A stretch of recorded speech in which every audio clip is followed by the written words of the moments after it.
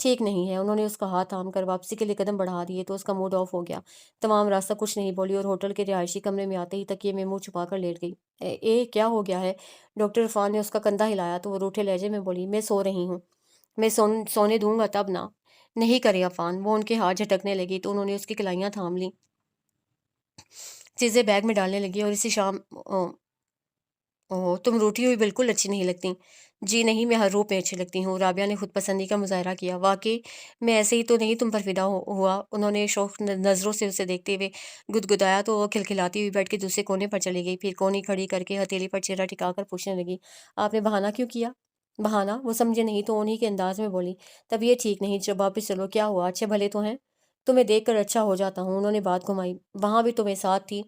ہاں لیکن خیر چھوڑو، یہ بتاؤ شام کا کیا پروگرام ہے؟ کوئی پروگرام نہیں، بس اب واپس چلتے ہیں۔ بس ایسا کرتے ہیں عفان، پہلے آپ کے گاؤں چلتے ہیں، مجھے گاؤں دیکھنے کا بہت شوق ہے۔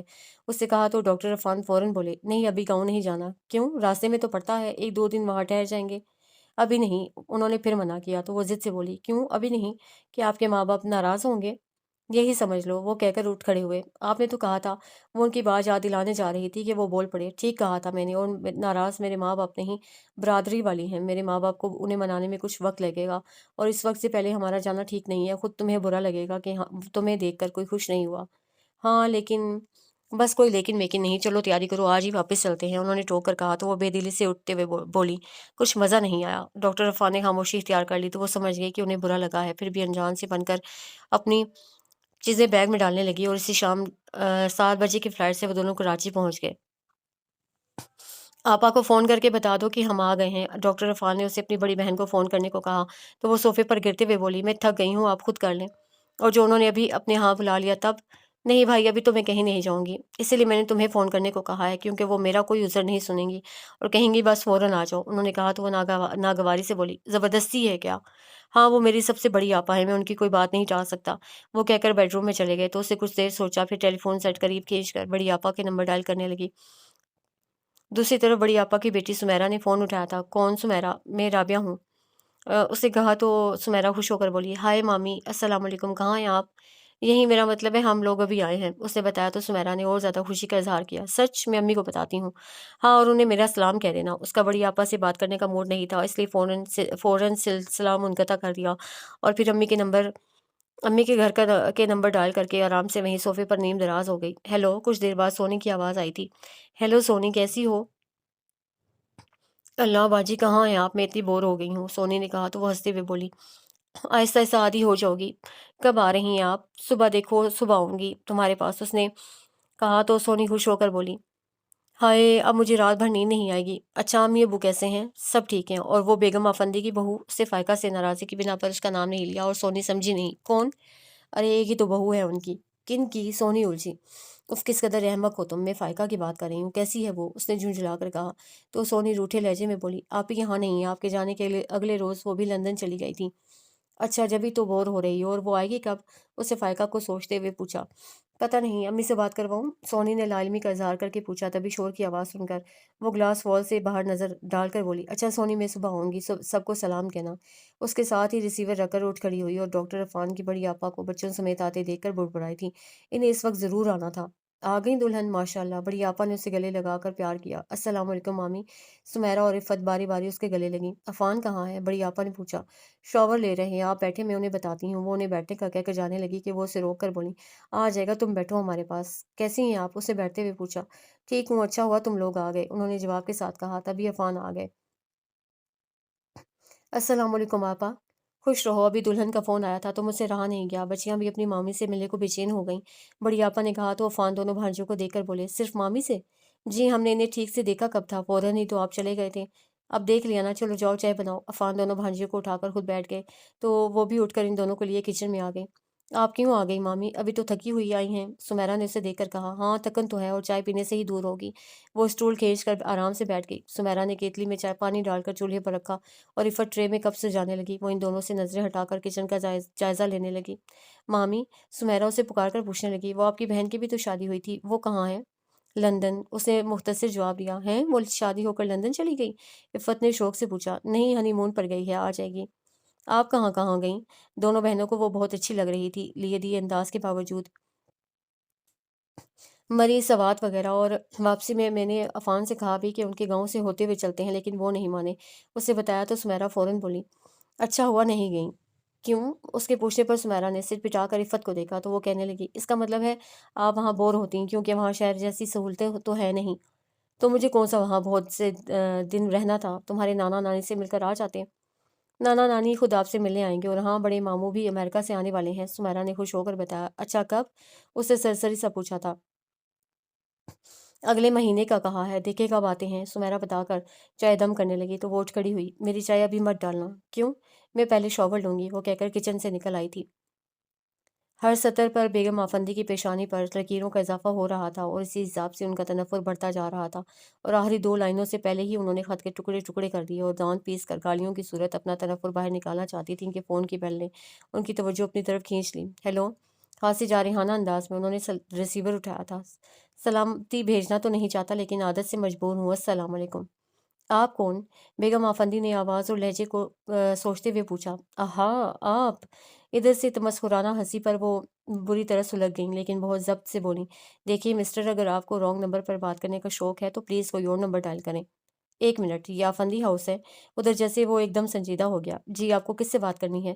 بیگم آفندی نے جواب کے ساتھ پوچھا۔ آپ کون ہیں؟ میں بیگم جیلان آفندی، انہوں نے اسی قدر کہا تھا کہ وہ بول پڑا۔ میں بھی بیگم جیلان آفندی کا بیٹا بات کر رہا ہوں۔ کون؟ شہری؟ کیا ہو گیا ہے بیٹا تمہیں، کیسا مذاق؟ مذاق نہیں، اور نہ ہی میں شہریار ہوں، ادھر سے فوراً ٹوکا گیا۔ تو وہ ایک لہجہ کو ٹھٹکیں، پھر اپنی مٹھی میں خط کے ٹکڑے دیکھ کر سمیٹتے ہوئے بہت سنبھل کر بولیں، پھر میرا نام یقیناً آپ کی یادداشت میں محفوظ ہوگا، اگر نہیں تو آپ محفوظ کر لیجیے، اسفندیار افندی۔ اس کے مضبوط لہجے پر بیگم آفندی فوراً کچھ کہنے کے بجائے سوچنے لگی کہ انہیں اس سے کس طرح سے بات کرنی چاہیے۔ چکرا گئی نا؟ اس نے ان کی خاموشی پر کہا۔ واقعی تم نے مجھے چکرا دیا، کیونکہ جیلان آفندی کی پہلی بیوی اور دونوں بچے برسوں پہلے کار ایکسیڈنٹ میں ہلاک ہو گئے تھے۔ ہاں، یہ خبر آپ نے اڑائی ہوگی، اسے کہکا لگا کر کہا۔ نہیں، خود جیلان افندی نے بتایا تھا، اور مجھے بھی نہیں، اپنے لیگل ایڈوائزر ابرار قریشی کو۔ غالباً تم انہیں بھی خط لکھ چکے ہو، اور ہاں، میں ابھی تمہارا خط پڑھ رہی تھی۔ کیا لکھا ہے تم نے بہت جلد میرے مقابل آؤ گے؟ ہاں، بہت جلدی۔ Shut up! اب ان کا ضبط جواب دے رہا تھا، اور جانتی تھی کہ چیخنے چلانے سے ان کی اپنی پوزیشن آکورڈ ہوگی، اس لیے سلسلہ منقطع کر دیا۔ اسفند یار افندی، انہوں نے تنفر اور نخوت سے سر جھٹک کر اس کی طرف سے دھیان ہٹانے کی صحیح کی، لیکن کامیابی نہیں ہوئی، تو وہ یکسوئی سے اسے سوچنے لگی، کیا واقعی وہ اسفنجار ہے؟ اگر ہے تو کیا کر سکتا ہے، کیا بگاڑ سکتا ہے میرا؟ کچھ نہیں۔ اس کی ساری زندگی خود کو جیلان آفندی کا بیٹا ثابت کرنے میں گزر جائے گی۔ بڑا حصہ دار بننا چاہتا ہے، میرے مقابل آئے گا، میرے انہوں نے پھر سر جھٹکا اور خود کو پرسکون کرنے کی خاطر اٹھ کر لان میں آ گئیں۔ یوں بھی وہ بہت مضبوط اعصاب کی مالک تھیں، اور کسی بات کو زیادہ دیر خود پر طاری نہیں رکھتی تھیں۔ مزید خود پر بہت زیادہ بھروسے اور اعتماد نہیں شاید انہیں انبریکیبل بنا دیا تھا۔ بظاہر دھان پان سی تھیں، لیکن بلا کا حوصلہ اور ہمت رکھتی تھیں، اور اپنے مفاد کے لیے کچھ بھی کر سکتی تھیں۔ یہ ان کی خوبی تھی یا خامی، وہ بہرحال خود کو حق بجانب سمجھتی تھیں، اور وہ شروع سے ایسی ہی تھیں، کچھ ایسی فطرت لے کر پیدا ہوئیں، اور رہی صحیح کثر ماں باپ کے لاڈ پیار نے پوری کر دی تھی۔ گو کہ اکلوتی نہیں تھی، ان سے چھوٹی ایک اور بہن تھی جو ان سے بھی 2 ہاتھ آگے تھی۔ ان کے والد معمولی کلرک تھے، اور کیونکہ شادی کے 10 سال بعد ان کے آنگن میں سائقہ اور سائمہ کی صورت 2 پھول کھلے تھے، ان کی ناز برداری میں وہ ساری حدیں پھلانگ گئے تھے، اور اس وقت انہیں احساس نہیں ہوا جب بیٹیاں جوان ہو کر ان کی نفی کرنے لگیں، تب وہ چکرا گئے، لیکن دیر ہو چکی تھی، پانی سر سے گزر چکا تھا۔ سائقہ نے گریجویشن کرتے ہی اعلان کیا تھا کہ وہ جاب کریں گی۔ کیوں، تمہیں نوکری کی کیا ضرورت ہے؟ ہر چیز ضرورت تو تمہاری پوری ہو رہی ہے، اس کی اماں نے اعتراض کرتے ہوئے کہا تھا۔ ضرورت پوری ہو رہی ہے، خواہشیں نہیں، وہ تو نک کر بولی تھی۔ تن ڈھانپنے کو معمولی کپڑے، پیٹ بھرنے کو دال روٹی، اور سر چھپانے کو 2 کمروں کا گھر، اور کیا چاہیے تمہیں؟ بہت کچھ، اس نے گردن اکڑائی تھی۔ نصیب سے ملتا ہے بیٹی، اماں نے دکھ سے کہا تھا۔ کوئی نصیب نہیں، انسان اپنا نصیب خود بناتا ہے، میں بھی خود بناؤں گی، اس نے کہا تو سائمہ فوراً بولی تھی، اور میں بھی۔ باپ سے پوچھ لو پہلے، بتا دوں گی انہیں، اس نے احسان کیا تھا، اور یہ اس کی قسمت، اور شاید اس کی قسمت اچھی تھی کہ جاب کے لیے نکلی تو پہلے ہی انٹرویو میں کامیاب ہو کر جیلان آفندی کی پرسنل سیکرٹری بن گئی۔ پھر ایک تو خدا نے شکل و صورت اچھی دی تھی، دوسرے وہ خود پر توجہ بھی دیتی تھی، مزید طرح دار بھی تھی۔ بس چند دن میں ہی اس نے جیلان آفندی کا جائزہ لیا تھا، اور پہلے ان کے موڈ کے مطابق چلتی رہی، پھر دھیرے دھیرے ان پر یوں چھا گئی کہ وہ آفس کے علاوہ اپنے گھریلو معاملات میں بھی اس کے محتاج ہو گئے تھے۔ اس بار میرے بچے کا رزلٹ بہت خراب ہے، حالانکہ 2 ٹیوٹر آتے ہیں، لیکن اس روز جیلان افندی نے خاصی خراب موڈ میں اسے بتایا تو وہ پوچھنے لگی، سر آپ کا بچہ کون سی کلاس میں ہے؟ کلاس 2 انہوں نے بتایا تو وہ حیران ہو کر بولی، کلاس 2 کے بچے کے لیے 2 ٹیوٹر؟ او مائی گاڈ سر، اسی لیے تو اس کا رزلٹ خراب ہے؟ کیا مطلب؟ مطلب اتنے سے بچے پر آپ نے اتنا بوجھ ڈال دیا ہے سر، آپ فوراً ٹیوٹرز کو فارغ کر دی اور اپنی مسز سے کہیں وہ بچے کو پڑھائیں، کیونکہ اتنا چھوٹا بچہ صرف اپنی ماں کی توجہ سے پڑھتا ہے۔ تمہاری بات ٹھیک ہے، لیکن میری مسز اتنی ہوئی نہیں ہے، اور انگلش میڈیم کا کورس تو شاید وہ سمجھ بھی نہیں سکے گی، انہوں نے کہا تو وہ افسوس سے بولی، اوہ یہ تو واقعی مسئلہ ہے، صرف بچے کے لیے ہی نہیں، میرا خیال ہے آپ کو بھی خاصی پرابلم ہوگی، آئی مین گھر سے باہر کی پارٹیز میں تو وہ آپ کا ساتھ نہیں دے سکتی ہوں گی۔ نہیں، وہ بالکل گھریلو عورت ہے، انہوں نے مایوسی سے کہا جب بھی اسے حوصلہ ہوا تھا، بڑی زیادتی ہوئی آپ کے ساتھ۔ ہاں بس والدین نے بچپن میں ہی رشتہ طے کر دیا تھا۔ خاندان میں؟ خاندان میں کبھی شادی نہیں کرنی چاہیے، بندہ بالکل پابند ہو جاتا ہے، آئی مین نہ چاہتے ہوئے بھی اس بندھن کو نبھانا پڑتا ہے۔ خاندان والوں کے ڈر سے میں نے تو سوچ لیا ہے کہ مر جاؤں گی، لیکن اپنے کسی چچا زاد ماموں زاد سے شادی نہیں کروں گی۔ وہ جس ادا سے بولتی تھی جیلان افندی چاہتے بھی تو اس پر سے نظر نہیں ہٹا سکتے تھے۔ یہ تم نے ٹھیک سوچا ہے، البتہ مرنے والی بات غلط ہے۔ خیر میری بات چھوڑیں، آپ کا مسئلہ حل ہونا چاہیے۔ اس نے خوبصورتی سے اپنا احساس دلا کر بات بدل دی۔ میرا کون سا مسئلہ؟ جیلان افندی بھول گئے تھے کہ وہ کس مسئلے پر بات کر رہے تھے۔ بچے کا، اور میں تو کہوں گی اس کی ٹیوٹر کو ینگ سی لڑکی ہونی چاہیے، اس کے ساتھ وہ جلدی مانوس ہو جائے گا۔ یہ تم نے ٹھیک کہا۔ جیلان افندی کو اس کی ہر بات ٹھیک لگنے لگی تھی، اور پہلے اس کا مقصد صرف یہ تھا کہ باس اس پر مہربان رہے اور وہ اپنی جاب پر جمی رہے، لیکن پھر جب باس کی مہربانیاں بڑھنے لگیں تب وہ ان کی پرسنل لائف کو صرف ڈسکس ہی نہیں بلکہ شیئر کرنے کا سوچنے لگی تھی، اور اس کے لیے اسے زیادہ پاپڑ نہیں بیلنے پڑے، کیونکہ جیلان افندی بہرحال مرد تھے۔ اپنی گھریلو زندگی سے مطمئن ہونے کے باوجود بھی اس کی خوبصورت اداؤں کے اسیر ہو کر وہ بہت ڈسٹرب ہو گئے تھے، کیونکہ اسے پرپوز کرنا بھی چاہتے تھے اور بیوی کا خیال بھی تھا جو کہ اپنا سب کچھ انہیں ہی سمجھتی تھی، ان کی ہر بات پر آنکھ بند کر کے یقین کرنا جیسے اس کا ایمان تھا، یعنی پتی برتا عورت تھی، اور وہ اسے دکھ اور دھوکہ نہیں دینا چاہتے تھے، لیکن اپنے دل کے ہاتھوں بھی مجبور ہو گئے تھے، اور چاہتے تو کسی کے بھی علم میں لائے بغیر ایک اور گھر بسا سکتے تھے، لیکن رگوں میں خاندانی خون، شریف خون تھا جو پہلے انہوں نے بیوی کو اعتماد میں لے کر اس سے بات کرنا ضروری سمجھی تھی، اور اس کا وہی رد عمل تھا جو ایک عورت کا سوتن کے نام پر ہوتا ہے، لیکن کیونکہ بات سیدھی سادی بزدل عورت تھی، ان کے اس لیے ان کے مقابل ڈٹ نہیں سکی اور رو دھو کر خاموش ہو رہی تھی۔ پھر وہ دن بھی آ گیا جس کا ذائقہ کو شدت سے انتظار تھا۔ مجھ سے شادی کرو گی؟ جیلان افندی نے بغیر کسی تمہید کے پوچھا تھا، اور اس کے لیے یہ بات غیر متوقع نہیں تھی، پھر بھی اس نے بہت زیادہ حیرت کا مظاہرہ کیا تھا۔ میں؟ مجھ سے کہہ رہے ہیں آپ؟ اور کون ہے یہاں تمہارے علاوہ؟ لیکن سر میرا مطلب ہے آپ کی بیوی بچہ نہیں، ان پر یہ ظلم ہوگا۔ کوئی ظلم نہیں، میں افورڈ کر سکتا ہوں، ان کی حق تلفی نہیں ہوگی، انہوں نے یقین سے کہا، تو وہ خاموش ہو کر سوچنے لگ گئی۔ سنو، انکار مت کرنا، انہوں نے اسے متوجہ کر کے کہا تو وہ گہری سانس کھینچ کر بولی، اقرار بھی کیسے کروں، ڈر لگتا ہے۔ کس بات سے؟ اپنی کم مائگی سے، جس سے مجھے کمزور بنا دیا ہے، کل کو اگر آپ کے خاندان والوں نے آپ پر دباؤ ڈالا تو میں شاید اپنے حق کے لیے لڑ بھی نہیں سکوں گی۔ ایسا نہیں ہوگا، تم بے فکر رہو اور مجھ پر بھروسہ رکھو، میں جب تک تمہارے ساتھ ہوں تو تم پر کوئی آنچ نہیں آئے گی، انہوں نے کہہ کر اس کا ہاتھ تھام لیا، تو وہ مزید پس و پیش کا ارادہ ترک کر کے مسکرائی تھی، اور اسی روز گھر میں داخل ہوتے ہی اسے بآواز بلند اماں سے کہا تھا، اماں میں نے اپنا نصیب بنا لیا ہے۔ کیسے؟ اماں کو غالباً اس سے ہر بات کی توقع تھی، جب ہی پہلے ناگواری سے اسے دیکھا تھا، اور وہ نوٹس لیے بغیر اترا کر بولی، میں جیلان ماربل انڈسٹریز کے مالک جیلان افندی کے ساتھ شادی کر رہی ہوں۔ اماں جس انداز سے بیٹھی تھیں بیٹھی رہ گئیں، کیونکہ انہیں شدید دھچکا لگا تھا اس کی شادی کا سن کر، نہیں بلکہ جس طرح اس نے اپنے طور پر فیصلہ کیا تھا، اور انہیں یوں بتا رہی تھی جیسے ان کا اس معاملے سے کوئی تعلق ہی نہ ہو۔ ہیں؟ آپ کو خوشی نہیں ہوئی؟ وہ اماں کو گمسم دیکھ کر بولی، آپ کی بیٹی امیر بننے جا رہی ہے، لاکھوں نہیں کروڑوں میں کھیلے گی۔ اللہ مبارک کرے۔ کتنی دیر بعد اماں سنبھل کر بولی، لیکن بیٹی یہ کیسے ممکن ہے؟ کوئی بات ناممکن نہیں ہوتی اماں، سب ممکن ہے۔ آج جیلان افندی نے خود مجھ سے شادی کا کہا ہے، اس نے خوش ہو کر کہا۔ کون جیلان؟ وہی ہمارے مالک۔ سائمہ کہاں ہے؟ میں اسے بتاتی ہوں، آپ کہاں میری باتیں سمجھیں گی۔ سائمہ، سائمہ، اسے کہہ کر اونچی آواز میں سائمہ کو پکارا تو اس کا جواب بھی اندر سے ہی آیا تھا، میں نہیں آ رہی۔ کیا کر رہی ہو؟ وہ چونکہ اچھے موڈ میں تھی اس لیے خود اٹھ کر جانے لگی کہ اماں اس کا ہاتھ پکڑ کر بولی، بیٹی پہلے مجھے تو بتاؤ۔ بتایا تو ہے کہ افندی نے مجھے شادی کا کہا ہے اور میں نے حامی بھر لی ہے۔ ہم سے پوچھے بغیر؟ اماں نے کمزور سی آواز میں کہا، آپ سے پوچھنے کے بعد تو مجھے حامی ہی بھرنی تھی، وہ بجائے نادم ہونے کے تنک کر بولی تھی۔ جب ابا نے سنا تو انہیں بھی دکھ ہوا، اور پھر انہوں نے یہ بھی کہہ دیا کہ وہ اسے ایک شادی شدہ شخص کے ساتھ شادی کی اجازت نہیں دے سکتے۔